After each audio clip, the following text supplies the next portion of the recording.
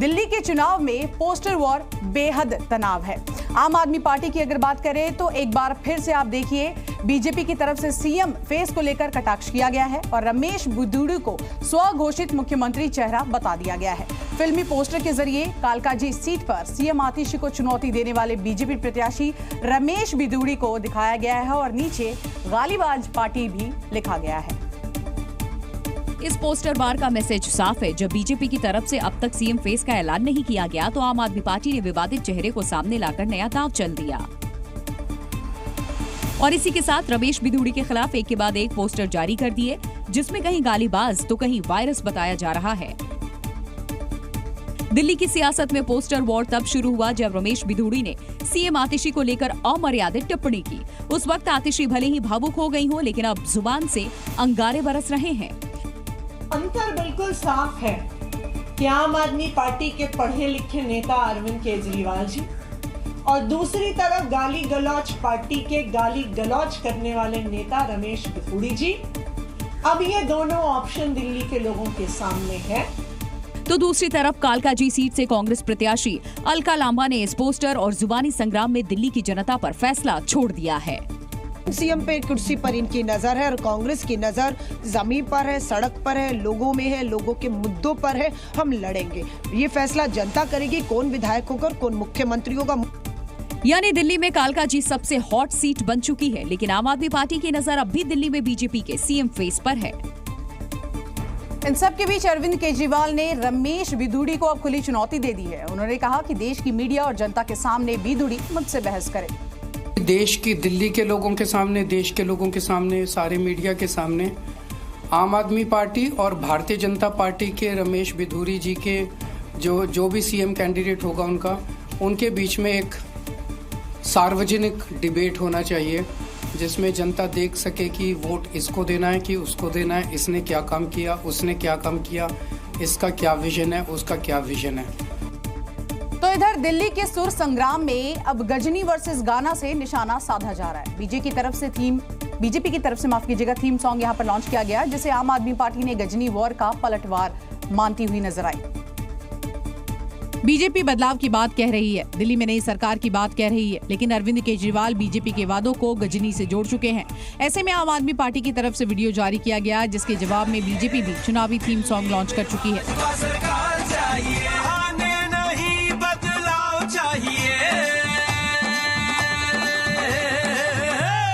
दिल्ली में भाजपा सरकार चाहिए। इस चुनावी लड़ाई में सियासत के कई रंग एक साथ नजर आ रहे हैं और जुबानी शब्दबाणों की भी बरसात हो रही है। आज न इनके पास जवाब है टूटी फूटी सड़कों का, न दिल्ली के लोगों को गंदा पानी मिलता उसका जवाब है, न बढ़ते हुए बिजली के जो बिल आते हैं उसका जवाब है, न कौन आम आदमी पार्टी का चेहरा होगा उसका जवाब है, न बड़े हुए पहाड़ जो गंदगी के हैं और जो प्रदूषण दिल्ली में है, किसी बात का जवाब है। जब इनके पास नहीं तो रोज कुछ ना कुछ 3-4 प्रेस कॉन्फ्रेंस करके देते हैं, इससे चलेगा नहीं साहब। इन सारे आरोपों पर भाजपा को, ईडी को, सीबीआई को कोर्ट ने बार बार लताड़ा और वही घिसे पिटे आरोप लेकर भाजपा फिर से आ गई है, क्योंकि चेहराहीन, मुद्दाहीन पार्टी के पास झूठ बोलने के अलावा और कोई काम नहीं। इसके अलावा सीएजी रिपोर्ट, फर्जी वोट पर भी वाक युद्ध जारी है, जो दिल्ली के सियासी संग्राम को और दिलचस्प बना चुका है। दिल्ली के दंगल में अमित शाह की ग्रैंड एंट्री विरोधियों के लिए खतरे की घंटी से कम नहीं है। ऐसा हम क्यों कह रहे हैं, ये भी आपको बताते हैं। देखिए, बीजेपी के चाणक्य ने उन बस्तियों से अपने चुनावी अभियान की शुरुआत की जो कि इस बार सबसे ज्यादा चर्चा में है। अमित शाह ने आज झुग्गी बस्ती के प्रधानों से संवाद किया और बताया कि ये वक्त झुग्गियों को गंदगी और गंदे पानी से मुक्ति दिलाने का है। तो आपको बता दें, देखिए, दिल्ली का दंगल जारी है और इन सब के बीच तस्वीरें आपके सामने। इतना ही नहीं, इस दौरान अमित शाह के निशाने पर आम आदमी पार्टी रही, जिसके खिलाफ उन्होंने बैक टू बैक कई हमले किए, लेकिन केजरीवाल ने भी उसी अंदाज में कानून व्यवस्था पर लगे हाथ जवाब भी दे दिया। 5 फरवरी को मुक्ति दिन है भ्रष्टाचार से, 5 फरवरी को मुक्ति प्राप्त करनी है अव्यवस्था से, 5 फरवरी को झुग्गियों ने मुक्ति प्राप्त करनी है गंदगी से, गंदे पानी से। 5 फरवरी को मुक्ति प्राप्त करनी है असंवेदनशील सरकार से। जनता से जाके पूछ लो, सरेआम दिल्ली की सड़कों पे गोलियां चल रही है, तो रिपोर्ट तो ये कुछ भी लिखवा रहे थे। कमरे बंद एसी कमरे में बैठ के कोई भी रिपोर्ट लिखवा लो।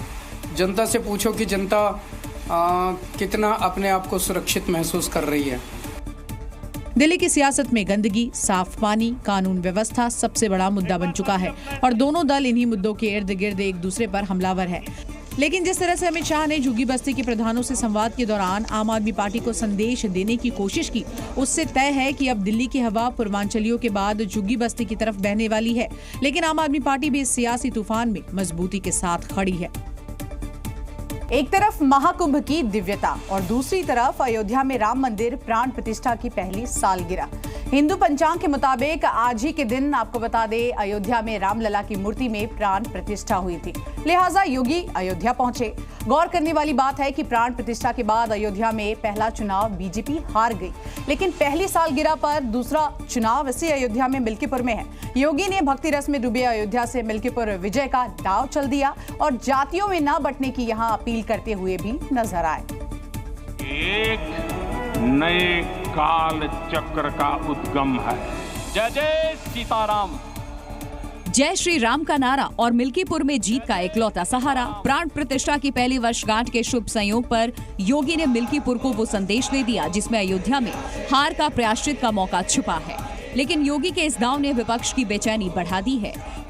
मंदिर भाजपा का नहीं है, मंदिर कोर्ट के ऑर्डर से बना, लोग स्वयं अपने मोटिवेशन से जाएंगे।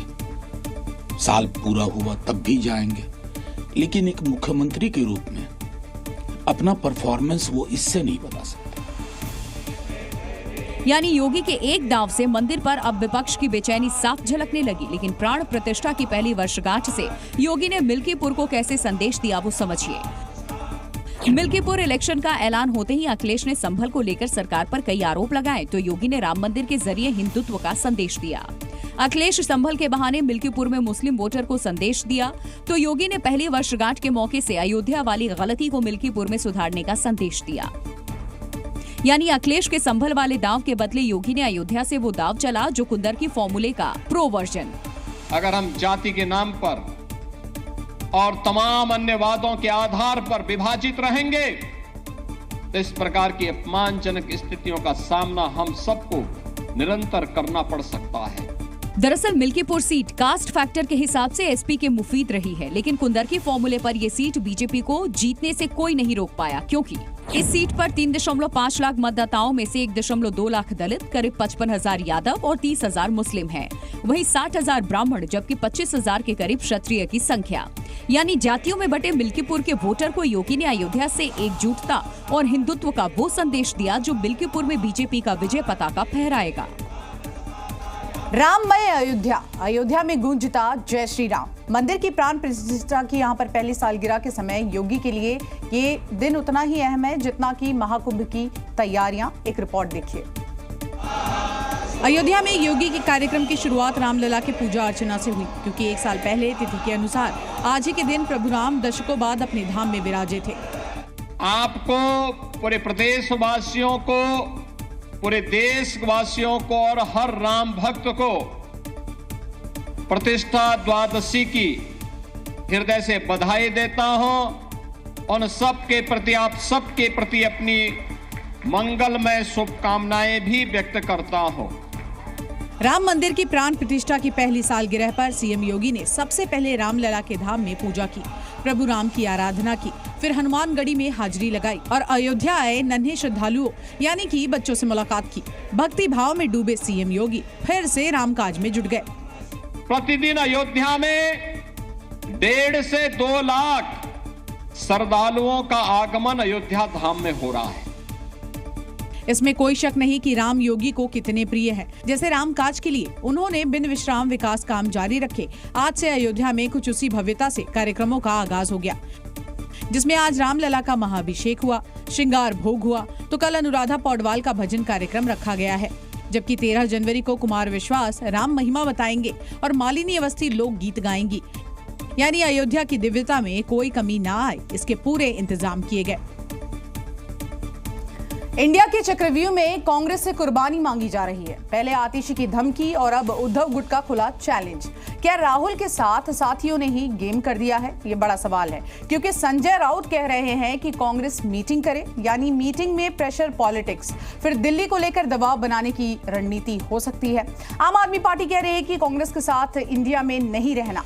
तेजस्वी कह रहे हैं कि सिर्फ लोकसभा चुनाव के लिए गठबंधन। तो आप देखिए किस तरह से इंडिया के साथ ही चौतरफा सवाल यहां पर उठाते नजर आ रहे हैं। सवाल इसलिए क्योंकि इंडिया में कांग्रेस के खिलाफ जिस तरह की लामबंदी हुई, दिल्ली में अब उससे भी बड़ी कुर्बानी कांग्रेस से मांग ली गई। उद्धव के सेनापति संजय राउत ने कांग्रेस को चैलेंज दिया कि इंडिया गठबंधन में रहना है तो कांग्रेस को जिम्मेदार बनना पड़ेगा। इंडिया ब्लॉक बचाने की जिम्मेदारी कांग्रेस पार्टी की है। कांग्रेस सबसे बड़ी पार्टी है। एक बात सही है कि इंडिया ब्लॉक बना था लोकसभा चुनाव लड़ने के लिए, और लोकसभा चुनाव के बाद इंडिया ब्लॉक की एक भी मीटिंग हुई नहीं है।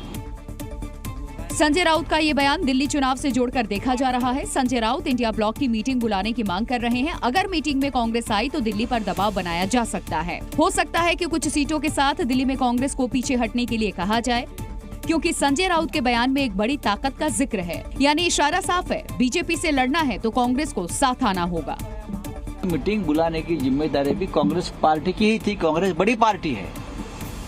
हम अब तक इंडिया ब्लॉक का कन्वीनर नहीं घोषित कर सके।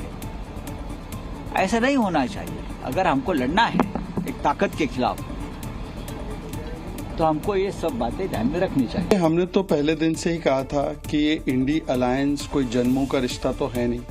आजकल की भाषा में बोले तो ये फ्रेंडशिप विद बेनिफिट या सिचुएशनशिप था। अब हर रोज कोई ना कोई इंडी अलायंस का साथी आकर ये कहकर चला जाता है कि इंडी अलायंस कब्र में दफन हो गया। कुल मिलाकर इंडिया गठबंधन में बने रहने के लिए कांग्रेस से कड़े इम्तिहान मांगे जा रहे हैं। कभी आरजेडी, कभी ममता, कभी केजरीवाल, और अब उद्धव गुट भी कांग्रेस के खिलाफ खुलकर आ गया है। और अगली खबर महाराष्ट्र से, जहां पर देवेंद्र फडणवीस के मंत्री ने ईवीएम का ऐसा फुल फॉर्म बताया कि महाराष्ट्र क्या पूरे हिंदुस्तान के सियासत में बवाल मच गया।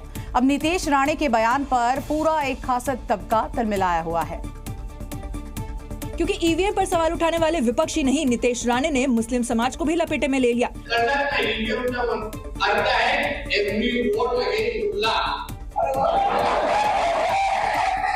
नीतीश राणे यही नहीं रुके, उन्होंने कहा हिंदुओं के अलावा किसी और के वोट की जरूरत ही नहीं। इस दौरान नीतीश राणे ने दावा किया कि वे सिर्फ हिंदुओं के वोट के दम पर चुनाव जीते हैं।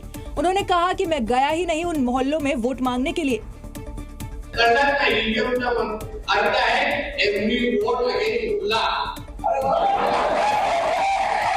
राणे के इस बयान के बाद खूब सियासी बवाल मचा है। विपक्ष उनके इस बयान के बहाने फिर ईवीएम पर सवाल उठा रहा है, तो सत्ता पक्ष राणे के बयान पर कुछ भी बोलने से बचता नजर आ रहा है। यूपी पुलिस ने सीएम योगी और हिंदुओं पर सोशल मीडिया पर विवादित कमेंट करने वाले का ऐसा भूत उतारा कि जब आरोपी लॉकअप से निकला तो हाथ जोड़कर माफी मांगता हुआ नजर आया।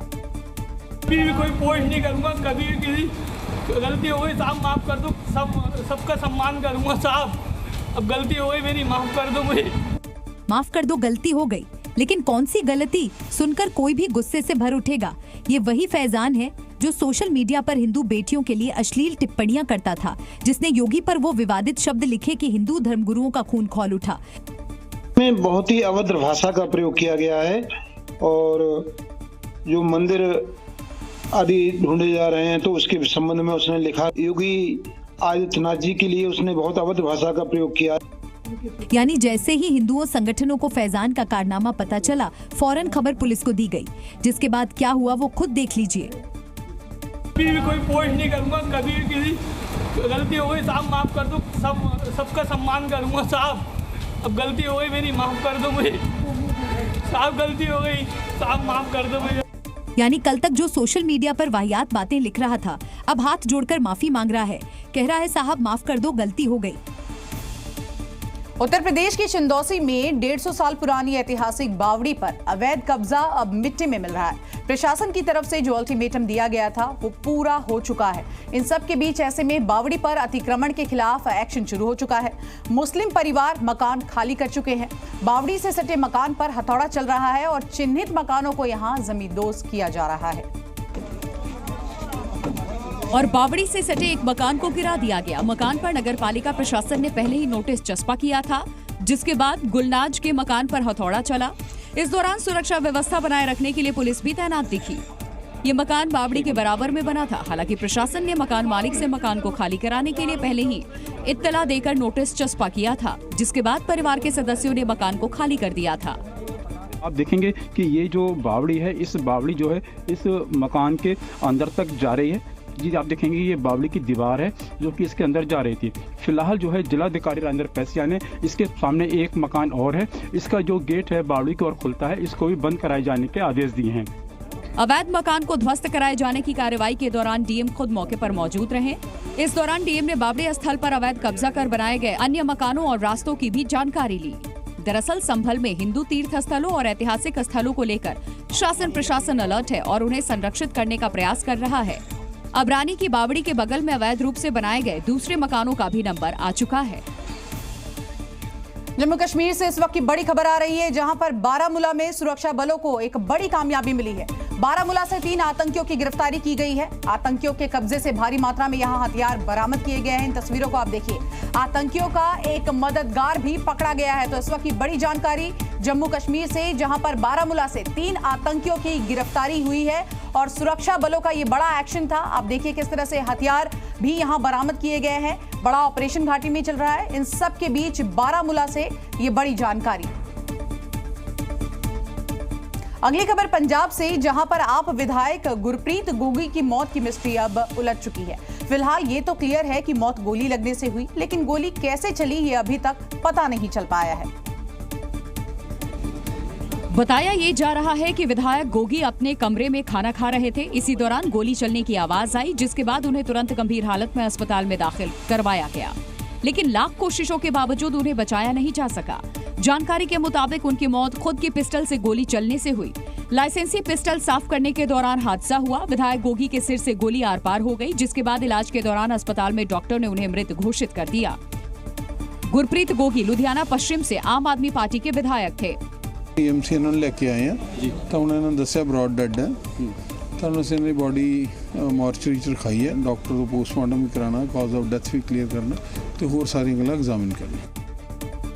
विधायक गुरप्रीत को उनके समर्थक गोगी नाम से पुकारते थे। साल 2022 के विधानसभा चुनाव में उन्होंने लुधियाना पश्चिम विधानसभा क्षेत्र से चुनाव जीता था और विवादों से उनका दूर दूर तक नाता नहीं था। ऐसे में उनकी मौत कैसे हुई, गोली कैसे चली, अब इसकी जांच पुलिस कर रही है। और देखिए, जहां नोट से काम चल जाए वहां कागज कौन देखता है। यूपी के सहारनपुर में बिना दस्तावेज जांचे कब्रिस्तान की जमीन पर 17 पीएम आवास बना डाले गए, जबकि इसी जमीन पर अवैध कब्जे के आरोप में पूर्व पालिका चेयरमैन पर डीएम ने एफआईआर कराई थी और अब अफसरों ने उसी कब्रिस्तान की जमीन पर एक तरह से खुद अतिक्रमण करा दिया। तो मालूम नहीं था कब्रिस्तान ना जी, हम तो बाहर से आए, अधिकारी आए यहाँ से, ये साहब भी आए, उन्होंने देखे अच्छी तरह खूब सबने अपना प्रधानमंत्री आवास योजना में जिसमें मकान था। हाँ जी, 17-18 मकान है। मामला सहारनपुर के रामपुर मनिहारन नगर पंचायत का है, जहां करप्शन के चलते अफसरों ने वो गुल खिलाया जिसे जानकर डीएम के पैरों तले जमीन खिसक गई। आरोप है कि कब्रिस्तान की जमीन पर नगरपालिका और डूडा की मिलीभगत से 17 पीएम आवास बना दिए गए। उस अवैध कॉलोनी के ध्वस्तीकरण के लिए और वहां से अवैध कब्जा हटाने के लिए नियमानुसार कार्रवाई शुरू कर दी गई। इस खेल का खुलासा होते ही डीएम ने जांच के आदेश दिए, लेकिन सवाल ये भी खड़े हो गए कि पीएम आवास की मंजूरी देते हुए अफसरों ने कागज क्यों नहीं जांचे। क्या इस खेल के पीछे करप्शन जिम्मेदार है? उत्तर प्रदेश के कन्नौज रेलवे स्टेशन पर बड़ा हादसा हो गया, जहां पर निर्माणाधीन लेंटर भर-भरा कर गिर गया। इस दौरान वहां काम कर रहे कई मजदूर मलबे में दब गए। हादसा इतना भीषण था कि लोगों को भागने का मौका तक नहीं मिल पाया और कई लोग मलबे के नीचे दब गए। बताया गया कि अमृत भारत स्टेशन योजना के तहत करोड़ों की लागत से स्टेशन पर विकास कार्य चल रहा है, लेकिन जरा सी लापरवाही से भीषण हादसा हो गया। जिस वक्त हादसा हुआ उस वक्त मौके पर 20 से 25 मजदूर काम कर रहे थे। घटना के तुरंत बाद रेस्क्यू टीम मौके पर पहुंची और स्थानीय लोगों की मदद से पुलिस ने मलबे में दबे लोगों को बाहर निकाला। साथ ही हादसे में गंभीर रूप से घायल लोगों को अस्पताल में भर्ती करवाया गया। हादसे के बाद घटनास्थल पर लोगों की भारी भीड़ जमा हो गई। तो वहीं सीएम योगी ने अधिकारियों को फौरन घायलों को हर संभव मदद के निर्देश दिए। सीएम योगी ने घायलों के जल्द स्वस्थ होने की कामना भी की है। और देखिए, मध्य प्रदेश की पुलिस भी अब उत्तर प्रदेश के सीएम योगी की पुलिस की राह पर नजर आ रही है। यहाँ भी पुलिस ने एंटी रोमियो स्क्वाड की तर्ज पर सुनसान इलाकों में घूम रहे प्रेमी जोड़ों पर शिकंजा कसना शुरू कर दिया है, जिसकी तस्वीरें भी सामने आई। दमोह के सर्किट हाउस के पहाड़ी इलाकों में घूम रहे प्रेमी जोड़ों को पुलिस ने पकड़ लिया और ऑन द स्पॉट सजा सुनाते हुए उन्हें उठक बैठक करने की सजा सुनाई। दरअसल 3 दिन पहले ही दमोह के सर्किट हाउस इलाके में एक लव जिहाद का मामला सामने आया था, जिसके बाद पुलिस ने सख्ती बढ़ा दी। इस दौरान वहां पकड़े गए प्रेमी जोड़े से पुलिस ने उठक बैठक लगवाने के बाद उन्हें इन इलाकों में न घूमने की हिदायत देकर छोड़ दिया। जो बच्चे घूमने आते हैं सर्किट हाउस या दूसरी जगह में, उनको हम लोग समझाइश के छोड़ रहे, कभी काउंसलिंग भी की जाती है। प्रदेश में मजनुओं पर लगाम लगाने के लिए निर्भया मोबाइल ऐप का इस्तेमाल किया जा रहा है। पकड़े गए मजनुओं को कान पकड़कर उठक बैठक भी करवाई जा रही है। साथ ही जरूरत पड़ने पर उनकी काउंसलिंग भी कराई जा रही है। सनातन को शिखर पर ले जाने वाले उत्तर प्रदेश के मुख्यमंत्री को अब रियल पुष्पा से रिलेट किया जा रहा है, और हम ऐसा क्यों कह रहे हैं ये भी आपको बता दें। देखिए, प्रयागराज महाकुंभ में आए साधु संत योगी आदित्यनाथ के नए अवतार का बखान कर रहे हैं और फिल्मी डायलॉग के जरिए बता रहे हैं योगी आदित्यनाथ कभी झुकने वालों में से नहीं है। क्योंकि भगवाधारी सच्चे सनातनी योगी आदित्यनाथ न सिर्फ महाकुंभ के आयोजन से हिंदुत्व का संदेश दे रहे हैं, बल्कि वो अपने कुशल नेतृत्व के लिए संतों के दिलों में भी राज करते हैं। ऐसे में सनातन के रक्षक योगी आदित्यनाथ को महाकुंभ के साधु संत पुष्पा अवतार बता रहे हैं। बंदा ना झुका है ना झुक रहा है, तो ऐसे शेर संतों की राजनीति में यदि एक योगी की जगह अगर 10 योगी हो गए ना, और सुनिए ये झुकेगा इसलिए और नहीं क्योंकि इनको हम झुकने देंगे भी नहीं। दरअसल प्रयागराज में सनातन का सबसे बड़ा मेला लगने जा रहा है। इस मेले में देश के कोने कोने से संत महंत पहुंच रहे हैं, जो इसका श्रेय वो सीधे तौर पर मुख्यमंत्री योगी आदित्यनाथ को दे रहे हैं और बता रहे हैं सनातन विरोधियों के लिए योगी ही काफी हैं। योगी कट्टरपंथियों के आगे झुकने वाले नहीं। सीएम योगी के लिए सनातन ही सर्वश्रेष्ठ है। और यही वजह है कि प्रयागराज में सिर्फ एक ही नाम की चर्चा हो रही है, वो है प्रदेश के मुख्यमंत्री योगी आदित्यनाथ। इसीलिए अब जरूरी है कि संतों को पॉलिटिक्स में आएंगे, जैसे योगी जी आए तो एक अद्भुत नजारा पेश हुआ सनातनियों के लिए, हिंदुओं के लिए। यानी महाकुंभ से जो आवाज उठ रही है वो दूर तक जाने वाली है, क्योंकि संतों के लिए योगी आदित्यनाथ वो पुरोधा हैं जो सत्ता में रहते हुए सनातन का झंडा बुलंद रखने की क्षमता रखते हैं। महाकुंभ की शुभ घड़ी और घड़ी घड़ी बयान उगलते शहाबुद्दीन रिजवी बरेलवी, जो मौलाना कल तक महाकुंभ की जमीन पर वक्फ का दावा कर रहे थे, आज अचानक से उन्होंने संतों पर फूल बरसाने की बात कह दी। यानी पहले जहर उगला और अब फूल बरसाएंगे, जिस पर महाकुंभ में मौजूद संतों ने भी साफ साफ कहा कि फूल का स्वागत है, लेकिन गड़बड़ की तो त्रिशूल भी तैयार है। जिसके बाद सवाल उठ खड़े हुए कि योगी और हिंदुओं के खिलाफ जहर उगलने वाले शहाबुद्दीन बरेलवी क्या सच में बदल गए हैं, या उनके हृदय परिवर्तन के पीछे कोई कपट है, क्योंकि उनके पिछले बयान उनके आज के आह्वान से मेल नहीं खाते। मेला लग रहा है, ये वक्फ की जमीन है और वहाँ के मुसलमानों की जमीन है, मगर दरियादिली देखिए मुसलमानों की कि मुसलमानों ने कुंभ के मेले की तैयारियां, शामियाने और पिंडाल, रोड और सड़कें और खलंजों पर कभी मना नहीं किया कि यहाँ पे मत लगाइए। इस तमाम व्यवस्था को कायम रखने के लिए कोई भी आपत्ति नहीं की और 55 बीघे की जमीन पर जो वक्फ जमीन है वो जमीन पर कुंभ मेला लग रहा है। साधु संतों पर फूल की वर्षा करें, इस तरीके का ये व्यवहार हो रहा है। अगर ये वास्तविक व्यवहार उनका है, सही चेहरा है, तो हम इसका स्वागत करते हैं। दुराचार करेगा, अत्याचार करेगा, उसके साथ त्रिशूल महाकाल का है। यानी संत समाज बरेलवी के बयान पर श्योर नहीं है, लेकिन क्षमा ही सनातन का मूल है, तो संतों ने माफ भी कर दिया, लेकिन संदेश दिया कि फूल बहाने की साजिश रची तो त्रिशूल भी तैयार है।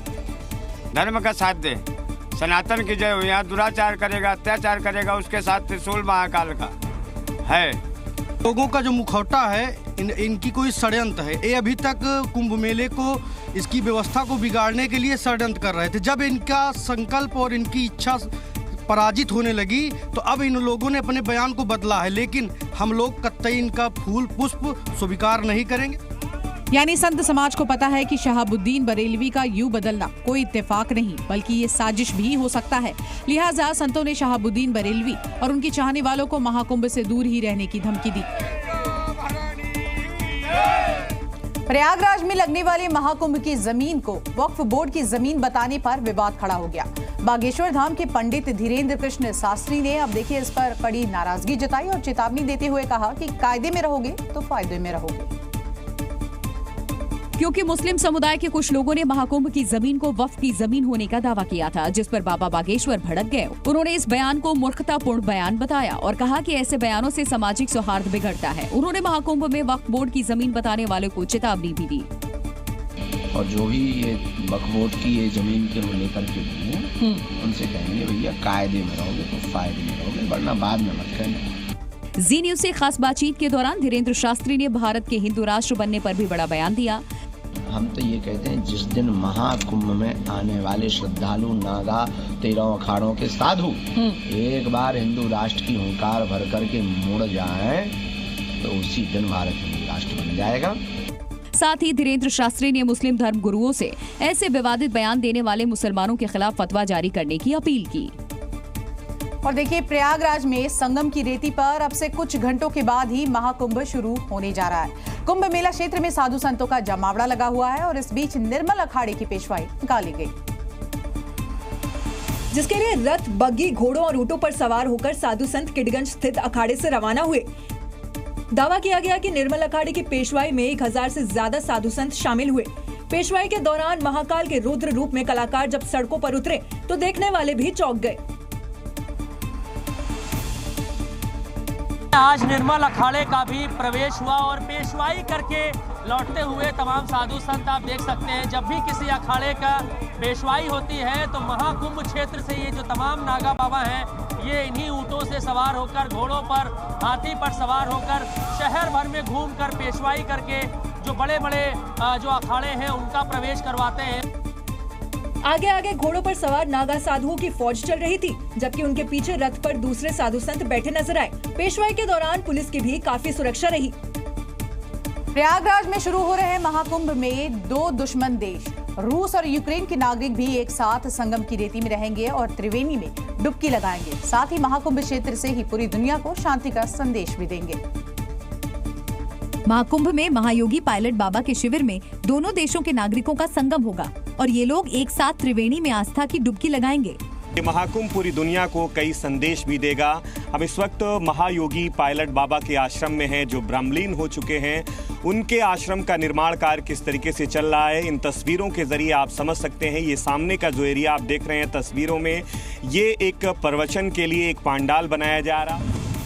कुंभ मेला क्षेत्र में पायलट बाबा के शिविर का काम तेजी से चल रहा है। मेले के दौरान इस शिविर में अलग अलग देशों के सन्यासी आध्यात्मिक अलग जगाने आएंगे। इसी शिविर में रूस और यूक्रेन के सन्यासी भी आएंगे। दावा है कि इस शिविर में दोनों देश के सन्यासी एक साथ रहकर रूस और यूक्रेन के बीच शांति कायम रहे, इसके लिए पूजा अर्चना के साथ यज्ञ और हवन करेंगे। यूक्रेन और रूस जो कि आप देख ही रहे हैं कि विश्व युद्ध का जैसा एक मंजर दिख रहा है और ये शुरुआत हुई है रूस और यूक्रेन के युद्ध से। तो इन दोनों के उनके जो शिष्य हैं वो ध्यान के माध्यम से, साधनाओं के माध्यम से, तपस्रण के माध्यम से प्रेम, विश्वास और शांति ये त्रिगुणात्मक सूत्र का पालन करेंगे। रूस और यूक्रेन इन दोनों ही देशों में लगातार युद्ध जारी है। दोनों देशों में भारी तबाही का मंजर देखने को मिल रहा है, लेकिन प्रयागराज में लगने वाले महाकुंभ में इन दोनों देशों के बीच शांति के लिए वहां रहने वाले लोगों का आध्यात्मिक समागम होने वाला है, जिसकी तैयारी युद्ध स्तर पर है। धोखाधड़ी और साइबर ठगी का हैरान कर देने वाला एक मामला सामने आया है। यहाँ ठगों ने रातों रात शहर की कई दुकानों और पेट्रोल पंप के बाहर लगे QR कोड को ही बदल दिया, जिसकी वजह से इन दुकानों पर QR के जरिए होने वाली पेमेंट सीधे ठगों के खातों में जाने लगी। इस बात का पता तब चला जब मेडिकल स्टोर पर एक ग्राहक QR कोड स्कैन पर पेमेंट करने लगा। स्क्रीन पर किसी छोटू तिवारी का नाम आने पर उसने दुकानदार से पूछा कि क्या आपने नाम बदल लिया। इस पर दुकानदार को शक हुआ और जब उन्होंने CCTV फुटेज खंगाला तो उनके होश उड़ गए। पैसे ही नहीं आए थे सुबह से। उन्होंने बताया कि एक ग्राहक ने बताया पहले कि ये नाम तो छोटी तिवारी करके किसी का आ रहा है। 1:30 से 2 बजे के बीच में कोई अपना QR लगा गया है। खटाव ऑटो सर्विस में मेरे यहाँ भी रात्रि में QR के ऊपर QR चिपकाया। सीसीटीवी में साफ दिखा कि कुछ नकाबपोश लोग रात के अंधेरे में पहुंचे और कई दुकानों के बाहर लगे QR कोड पर अपना QR कोड चिपका दिया। हालांकि दुकानदारों ने इसकी शिकायत पुलिस से नहीं की, लेकिन वीडियो सामने आने के बाद पुलिस ने मामले में जांच का भरोसा दिया। कि पुलिस के पास कोई भी कंप्लेनेंट नहीं आया है, ये सिर्फ मीडिया के माध्यम से ही कुछ जानकारी प्राप्त हुई है, उसको हमसे वेरीफाई कर रहे हैं। समय पर पता चल जाने से दुकानदारों को ज्यादा नुकसान नहीं हुआ। इस बीच पुलिस ने भी दुकानदारों से QR कोड को दुकानों के अंदर लगाने की नसीहत दी ताकि ऐसी धोखाधड़ी से बचा जा सके। मध्य प्रदेश में RTO विभाग के पूर्व कांस्टेबल सौरभ शर्मा को लेकर लगातार नए राज सामने आ रहे हैं। अब उसकी डायरी से कुछ ऐसे कोड वर्ड्स मिले हैं जिससे उसके आकाओं का पता चल सकता है और साथ ही 800 करोड़ की कमाई का हिसाब भी डायरी में है। मध्य प्रदेश में करोड़ों की काली कमाई करने वाले पूर्व सिपाही सौरभ शर्मा से जुड़े राज का लगातार पर्दाफाश हो रहा है। काली कमाई के धन कुबेर की जांच के लिए 3 केंद्रीय और राज्य की जांच एजेंसियां लगी हुई हैं। अब उसकी डायरी से ऐसे कोडवर्ड मिले हैं जिसे देखकर एजेंसियों के भी होश उड़ गए हैं। सौरभ की डायरी के पेज सामने आए हैं जिसमें पैसों के हिसाब का पूरा खाका लिखा हुआ है।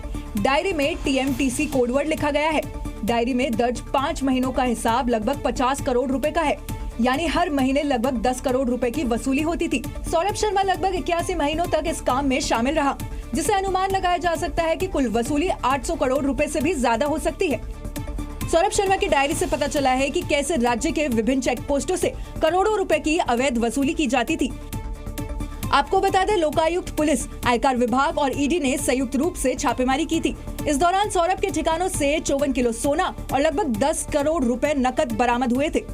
उत्तर प्रदेश के सोनभद्र में फरार चल रहे आरोपी को जल्द से जल्द सरेंडर करने के लिए पुलिस ने मुनादी कराई। पॉक्सो एक्ट से संबंधित आरोपी के खिलाफ कुर्की का आदेश जारी होने के बाद पुलिस ने ये बड़ा कदम उठाया है, जिसके लिए पुलिस ने पूरे लाव लश्कर के साथ आरोपी के गांव पहुंची। पुलिस के साथ बैंड बाजा वाले भी मौजूद रहे। इस दौरान पुलिस ने आरोपी को जल्द सरेंडर करने की चेतावनी दी और ऐसा नहीं करने पर सख्त कार्रवाई की बात कही। यदि अभियोग शीघ्र न्यायालय में या पुलिस के सामने हाजिर नहीं होता है तो उसके घर की कुर्की की जाएगी। बताया गया कि ओबरा थाना क्षेत्र के मलीन बस्ती के निवासी राज सोनकर के खिलाफ पॉक्सो अधिनियम के तहत केस दर्ज है, लेकिन बार बार नोटिस के बाद भी उसने सरेंडर नहीं किया। कोर्ट के आदेश के बाद पुलिस उसके गांव में मुनादी करने पहुंची।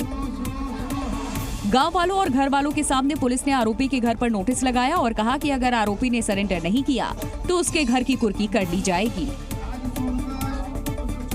मध्य प्रदेश में भी आज बुलडोजर गरजा। महाकाल की नगरी उज्जैन में प्रशासन ने अतिक्रमण हटाओ अभियान चलाया। महाकाल लोक विस्तारीकरण परियोजना के तहत 250 से ज्यादा मकानों को यहां पर गिराने का काम शुरू किया गया, जिसके लिए कई बुलडोजर मंगवाए गए और उनकी मदद से कई मकानों को गिरा दिया गया। दावा किया गया कि प्रशासन ने तकिया मस्जिद और उसके आसपास के क्षेत्रों में स्थित 257 मकानों पर कार्रवाई से एक दिन पहले नोटिस दे दिया था और अनाउंसमेंट कर लोगों से मकान खाली करने की अपील की गई, जिसके बाद कई लोगों ने खुद ही अपने मकान खाली कर दिए थे। ये महाकाल लोक के अंतर्गत क्षेत्र है और यहाँ पर जो पीछे जो कार्रवाई चल रही है वो विधिवत भूअर्जन का भूमि अधिग्रहण का उसमें आदेश किया गया है और उसके बाद लगभग 250 के करीब संरचना है, उनको हटाने का कार्य किया जा रहा है। कार्रवाई के दौरान किसी तरह का हंगामा न हो, इसके लिए एक दिन पहले ही वहां भारी संख्या में पुलिस वालों को तैनात कर दिया गया था। पूरी नगर निगम और जिला प्रशासन की संयुक्त कार्रवाई है। इसमें कहीं भी कोई कार्रवाई के दौरान कोई आपत्तिजनक स्थिति, कानून व्यवस्था की स्थिति या विरोध प्रदर्शन की स्थिति अगर बनती है तो हम लोग पुलिस लगभग 200 पुलिस बल के साथ में यहाँ उस पूरी व्यवस्था को सुचारू कराने के लिए मौजूद है। पुलिस प्रशासन की मौजूदगी में बुलडोजर के जरिए एक एक मकान को ध्वस्त कर दिया गया। अगली खबर बिहार से, जहां पर पूर्व शराबबंदी कानून लागू है, यानी कि यहां पर शराब पीना, शराब बेचना दोनों ही अपराध है। इसके बावजूद न सिर्फ शराब की तस्करी धड़ल्ले से की जा रही है, बल्कि खुद पुलिसकर्मी ही इस कानून को तोड़ते हुए नजर आ रहे हैं। कुछ ऐसा ही वीडियो जहानाबाद से आया, जिसमें एक दारोगा शराब पीते हुए दिखाई दिए। इस वीडियो में बनियान में दिख रहे शख्स की पहचान सिकरिया थाने में कार्यरत सब इंस्पेक्टर फकीरा प्रसाद के रूप में हुई। हालांकि जी न्यूज इस वीडियो की पुष्टि नहीं करता, लेकिन इस वीडियो में साफ दिखा कि सब इंस्पेक्टर फकीरा प्रसाद सामने बैठे शख्स से बात कर रहे हैं और टेबल पर शराब से भरे ग्लास और फ्रूट सलाद रखा हुआ है। इस मामले में जब फकीरा प्रसाद से पूछा गया तो उन्होंने चौंकाने वाला जवाब दिया। एक दिन गेस्ट आए हुए थे, तो वही है जो मैंने की है, जो गर्मी के दिन था और शरबत पी रहे थे हम। जबकि वीडियो वायरल होने के बाद प्रशासन ने जांच के बाद कार्रवाई का भरोसा दिया। इस वीडियो के आधार पर जांच किया जा रहा है। जांच में अगर नेता प्राथमिकी का बनेगा तो प्राथमिकी या विभागीय कार्रवाई का बनेगा तो विभागीय कार्रवाई उन पर की जाएगी। पुलिस पर शराबबंदी कानून को सफल बनाने की जिम्मेदारी है, लेकिन पुलिस के एक अधिकारी की शराब पीने की वायरल होती तस्वीर कई सवाल खड़े कर रही है। यहाँ शराबबंदी की हकीकत की पोल भी खुलती हुई दिख रही है। दिल्ली समेत उत्तर भारत को फिलहाल शीतलहर से राहत मिलती नहीं दिखाई दे रही है। सुबह से ही दिल्ली एनसीआर सहित आसपास के जिलों में भारी कोहरा छाया रहा और शाम होते होते यहाँ बारिश ने बाकी की कसर पूरी कर दी। देश के कई राज्य घने कोहरे की मार झेल रहे हैं। कड़ाके की सर्दी से लोगों के हाल बेहाल हैं। मौसम विभाग का कहना है कि अभी सर्दी और बढ़ेगी। तापमान में गिरावट के साथ लोगों को बारिश, कोहरा और ओलों का सामना करना पड़ सकता है।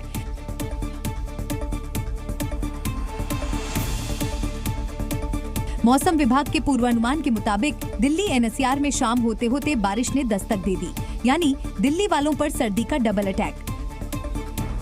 मौसम विभाग के मुताबिक शनिवार को पश्चिमी राजस्थान में कुछ इलाके में ओले गिर सकते हैं। कुल मिलाकर लोगों को अभी ठिठुरन भरी सर्दी से राहत मिलने के आसार नहीं है। वहीं जम्मू कश्मीर में भी ठंड का कहर लगातार जारी है। वहां के ज्यादातर इलाकों में न्यूनतम तापमान 0 से कई डिग्री नीचे पहुंच गया है, जिसकी वजह से लोगों की परेशानी काफी बढ़ गई है, क्योंकि कई इलाके ठंड की वजह से जम गए। जानकारी के मुताबिक श्रीनगर में न्यूनतम तापमान 0 से 4 डिग्री सेल्सियस कम रहा। वहीं गुलमर्ग में न्यूनतम तापमान 9 डिग्री सेल्सियस के आसपास दर्ज किया गया।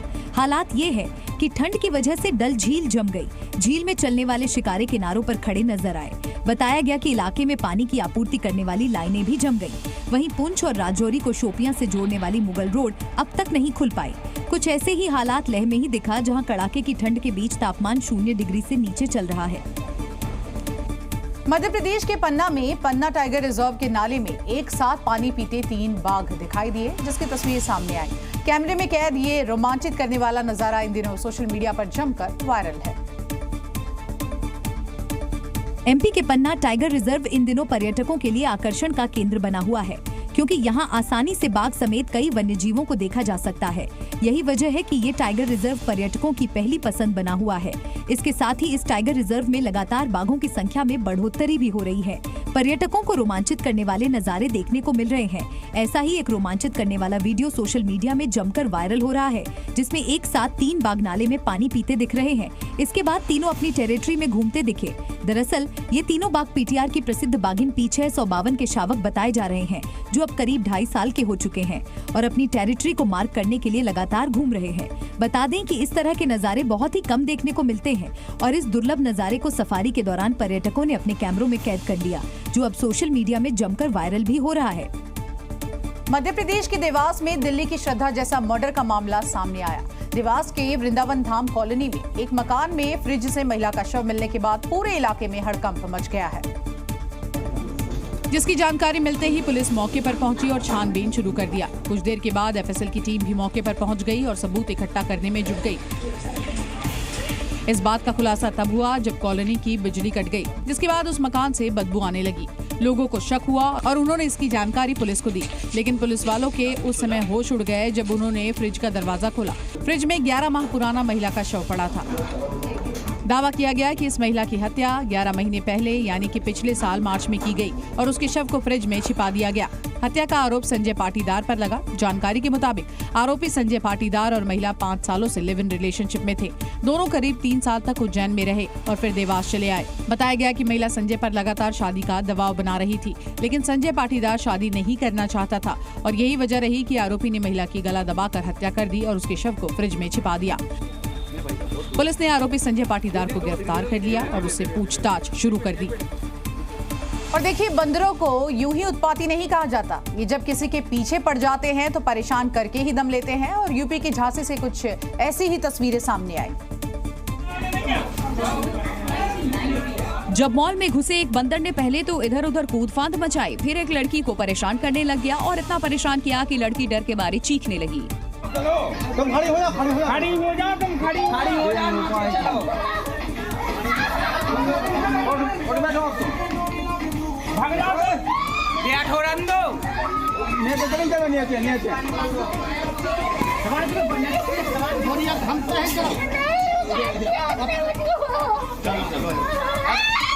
तुम हाथ पकड़ लो के। यानी मॉल में मौजूद दर्जनों लोगों को छोड़कर बंदर सिर्फ एक लड़की के पीछे पड़ गया और उसे इतना परेशान किया कि लोग मॉल में मौजूद दहशत में आ गए।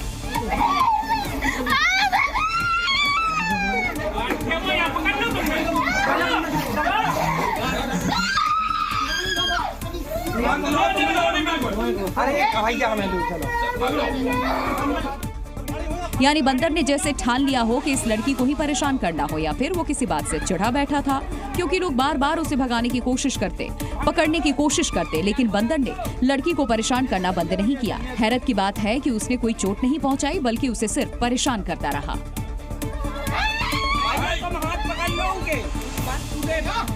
गुजरात के द्वारका में प्रशासन ने कई अवैध निर्माण पर बुलडोजर चलाया, जिसकी तस्वीर भी सामने आई। पुलिस के कड़े बंदोबस्त के बीच सरकारी जमीन पर बने अवैध निर्माण को यहां पर तोड़ा गया।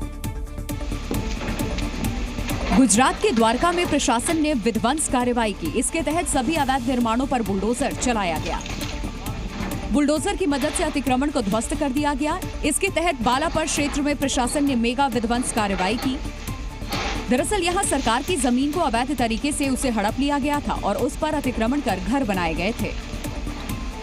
सरकारी जमीन को खाली करवाने को लेकर प्रशासन ने अभियान चलाया, जिसके बाद पहले नोटिस दिया गया। इलाके में पुलिस के कड़े बंदोबस्त के बीच सरकारी जमीन पर अवैध निर्माण को जेसीबी की मदद से जमींदोज किया गया। इस मौके पर भारी संख्या में पुलिस बल के साथ साथ आला अधिकारी भी मौजूद थे। वहीं अतिक्रमण को हटाने का ड्रोन फुटेज भी सामने आया, जिसमें आप देख सकते हैं कि कैसे पूरे इलाके में बुलडोजर कार्रवाई करते हुए अवैध निर्माण को ध्वस्त किया गया। अगली खबर बिहार की राजधानी पटना से, जहां के लिए आ रही बस में अचानक से आग लगने से अफरा तफरी का माहौल हो गया और कड़ी मशक्कत के बाद फायर ब्रिगेड की टीम ने इस आग पर काबू पाया। ये तस्वीर पटना की है, जहां एक बस में आग लगने से हड़कंप मच गया। बस में अचानक लगी आग से चीख पुकार मच गई। आनन फानन में बस के यात्रियों को नीचे उतारा गया। दरअसल बस हाजीपुर से पटना के लिए आ रही थी कि अचानक ड्राइवर को बस से धुआं उठते दिखा, जिसके बाद वो सतर्क हो गया। बस में यात्री थे, इस वजह से गांधी सेतु ओवरब्रिज के 15 नंबर पिलर के पास बस को ड्राइवर ने खड़ा किया और इसकी जानकारी पुलिस को दी, जिसके बाद मौके पर पहुंची पुलिस ने सभी यात्री को सुरक्षित बाहर निकाला। गनीमत रही कि किसी के हताहत होने से पहले यात्रियों को निकाल लिया गया।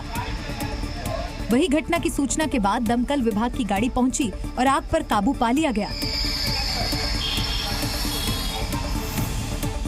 महाराष्ट्र के पुणे में सेना दिवस परेड की रिहर्सल के दौरान एक ऐसी तस्वीर दिखी जिसने सभी का ध्यान अपनी ओर खींच लिया। यहाँ एआई की मदद से रोबोट सेना की परेड दिखाई दी। ये तस्वीर भारतीय सेना की नई जनरेशन की है। ये यूजीवी भारतीय सेना के नए नेक्स्ट जनरेशन की सैनिक है।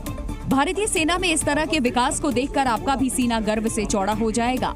इन यूजीवी सैनिकों पर मशीन गन लगा हुआ है, जिसे एआई यानी कि आर्टिफिशियल इंटेलिजेंस के जरिए नियंत्रित किया जा रहा है।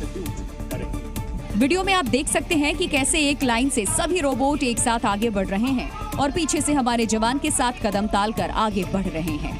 दरअसल ये रिहर्सल महाराष्ट्र के दक्षिणी कमांड अलंकरण समारोह का है। सेना दिवस परेड 2025 का अंतिम रिहर्सल चल रहा था। पुणे में हो रहे इस कार्यक्रम रिहर्सल में रोबोट भी शामिल हुए, जवानों के साथ ताल में ताल मिलाकर आगे बढ़ते दिखे। अब हम दुनिया के किसी भी शक्तिशाली देश की रोबोटिक सैनिक से पीछे नहीं हैं। एक वक्त था जब हमारे सैनिक बुलेट प्रूफ जैकेट से नहीं बल्कि अपने सीने पर गोली खाकर देश के लिए बलिदान दिया करते थे, ताकि वो गोली हमारे सीने को भेद ना सके। लेकिन अब एआई की मदद से रोबोट भी तैयार कर लिया गया है। Z News।